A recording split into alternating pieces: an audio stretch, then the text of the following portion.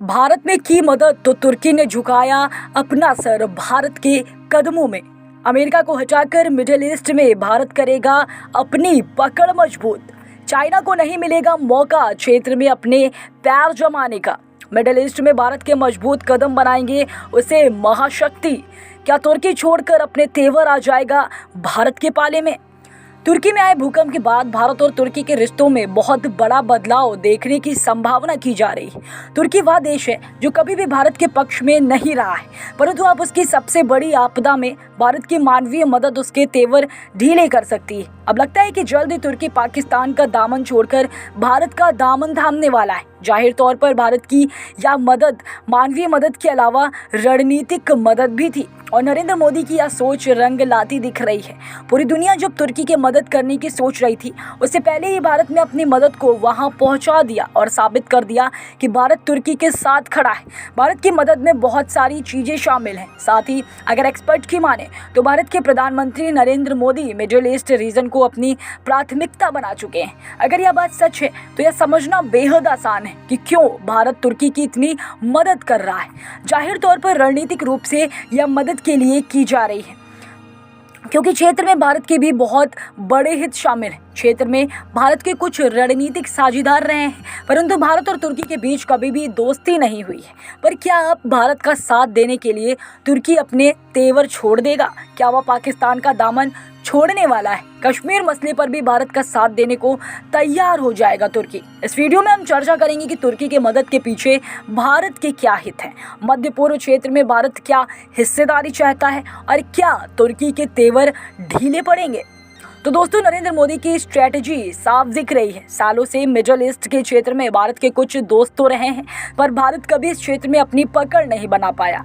इसी के चलते पिछले कुछ सालों से रणनीतिक रूप से प्रधानमंत्री नरेंद्र मोदी लगातार काम कर रहे हैं। 26 जनवरी में गणतंत्र दिवस की परेड में इजिप्ट के राष्ट्रपति हमारे चीफ गेस्ट थे। इसके अलावा भारत के इजराइल से भी बहुत अच्छे रिश्ते रहे हैं और ईरान से तो हमारा पुराना नाता है, परंतु इसके अलावा अन्य सभी देशों से भारत के कुछ खास रिश्ते नहीं रहे हैं। मिडिल ईस्ट के सबसे बड़ी ताकतों में से एक तुर्की से तो भारत के सबसे खराब रिश्ते रहे हैं। यूएई और सऊदी अरब के साथ पिछले कुछ समय में भारत के रिश्ते बहुत बेहतर हुए हैं। यहाँ तक कि यह दोनों देश भारत के सबसे बड़े ट्रेडिंग पार्टनर्स में से एक बन चुके हैं। यूएई भारत का तीसरा सबसे बड़ा व्यापारिक देश और सऊदी अरब चौथा सबसे बड़ा व्यापारिक देश बन चुका है। पर अब भारत तैयारी कर चुका है अपने दुश्मन को भी दोस्त बनाने की, और इसमें सबसे पहला प्रयास किया जा रहा है तुर्की को अपनी तरफ करने का। पर आखिर क्यों भारत के तुर्की के साथ रिश्ते तल्ख रहे? क्यों भारत चाहता है मिडिल ईस्ट में अपनी मजबूत पकड़? आखिर किस देश को काउंटर करके भारत इस रीजन को हथियाना चाहता है? और भारत के इस कदम से कौन सा देश सबसे ज्यादा खफा है? देखा जाए तो अब तक मिडिल ईस्ट में सबसे प्रभावी यदि कोई देश रहा है तो वह था अमेरिका। भारत और तुर्की के बीच रिश्तों में तल्खी की एक बहुत बड़ी वजह इससे संबंधित भी है। दरअसल कश्मीर मसले पर तुर्की हमेशा से पाकिस्तान का साथ देता आया है और भारत की खिलाफत करता है, और इस कारण भारत और तुर्की के बीच कभी भी अच्छे रिश्ते नहीं बन पाए। परंतु इन सभी बड़ा एक और कारण है जिसने भारत और तुर्की को हमेशा दूर रखा है, क्योंकि कोल्ड वॉर के दौरान जहां तुर्की ने खुले रूप से अमेरिका का समर्थन किया था, वही भारत इस दौरान गुट निरपेक्षता यानी कि नॉन अलाइंड मूवमेंट चला रहा था। भारत ने एक न्यूट्रल स्टैंड लिया था जो कि तुर्की की आइडियोलॉजी के एकदम विरुद्ध था। इस कारण तुर्की और भारत के बीच दूरियां बढ़ गईं। आपको बता दें कि इसके बाद तुर्की में कभी भी ऐसी लीडरशिप नहीं आई जिसने भारत का साथ दिया हो। बुलांत एजेवेत एकमात्र ऐसे तुर्किश प्रधानमंत्री थे जिन्होंने प्रो इंडिया रवैया अपनाया। बात करने का वर्तमान प्रधानमंत्री की एर्दोगान भारत के सबसे मुखर विरोधी रहे हैं।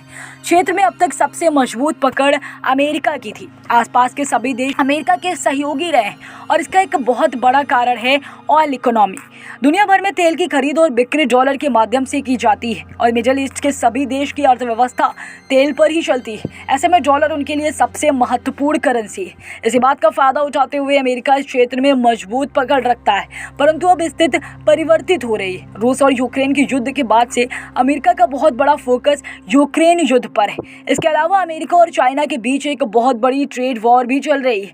ऐसे में अमेरिका का मेन फोकस इस समय इन्हीं दो देशों पर है। इस कारण अमेरिका की पकड़ कहीं ना कहीं क्षेत्र में ढीली पड़ रही है। अब भारत इस रीजन में अमेरिका की जगह लेना चाहता है। साथ ही साथ भारत यह भी चाहता है कि अमेरिका की ढीली पकड़ का चाइना फायदा ना उठा ले। कहीं ऐसा ना हो कि क्षेत्र में अमेरिका की जगह चाइना ले ले, जो कि भारत के हितों को बहुत ज़्यादा प्रभावित करेगा।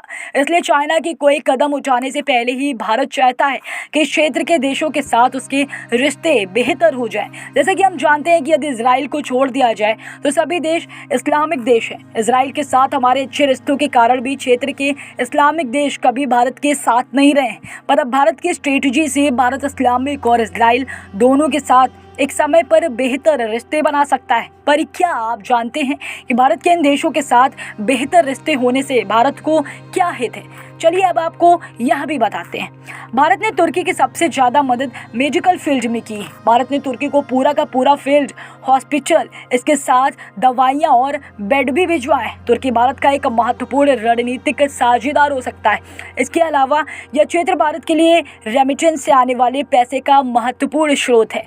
गल्फ कंट्रीज में भारत के करीब 89 लाख लोग रहते हैं। इनमें से 34 लाख भारतीय यूएई में रहते हैं और 26 लाख सऊदी अरब में। पिछले साल विदेशों में रहने वाले भारतीयों ने 100 अरब डॉलर कमाकर भारत भेजे थे। इनमें से आधे से ज़्यादा कमाई गल्फ कंट्रीज से थी। इसके अलावा व्यापारिक रिश्तों के बारे में हम आपसे पहले भी बता चुके हैं। भारत और यूएई के बीच एक comprehensive economic partnership agreement sign हो चुका है, जिसके कारण दोनों देशों के व्यापार में 38% की बढ़ोतरी हुई है और कारोबार 88 अरब डॉलर तक पहुंच चुका है।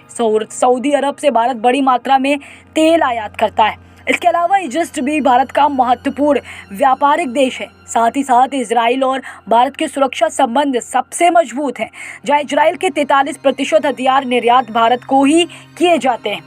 अब यदि इस बात पर नज़र डाली जाए कि क्या तुर्की अपने तेवर छोड़कर भारत के पाले में आ जाएगा, तो इसका जवाब अभी देना मुश्किल है। दरअसल ओटोमन साम्राज्य की विरासत के साथ तुर्की मुस्लिम दुनिया का लीडर हुआ करता था और अब वह अपनी उसी विरासत को वापस पाना चाहता है। इस कारण इस्लामिक देशों के साथ आने वाली किसी भी समस्या में से वो उनके साथ खड़ा होता है। भारत के साथ उसके रिश्ते की तल्खी की सबसे बड़ी वजह कश्मीर मुद्दा रहा है, जिसमें वह पाकिस्तान का राग अलापता रहा है। भारत की इस मदद के बाद लोगों को यह लगता है कि तुर्की में छोटे से छोटा अगर कोई बदलाव आ सकता है तो वह यह है कि बड़े मंच पर वह भारत के खिलाफ कश्मीर मुद्दे पर बोलना बंद कर देगा। हालांकि क्योंकि वह मुस्लिम दुनिया का लीडर बनना चाहता है, इसलिए मुख्य रूप से पाकिस्तान का विरोध भी नहीं करेगा।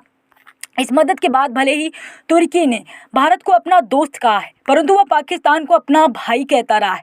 हालांकि इस मदद से भारत को फायदा अवश्य होगा। एक्सपर्ट्स को उम्मीद है कि इस मदद के बाद तुर्की के तेवर थोड़े ढीले पड़ेंगे और वह भारत की वकालत ना सही पर भारत का विरोध भी अब खुले तौर पर नहीं कर पाएगा।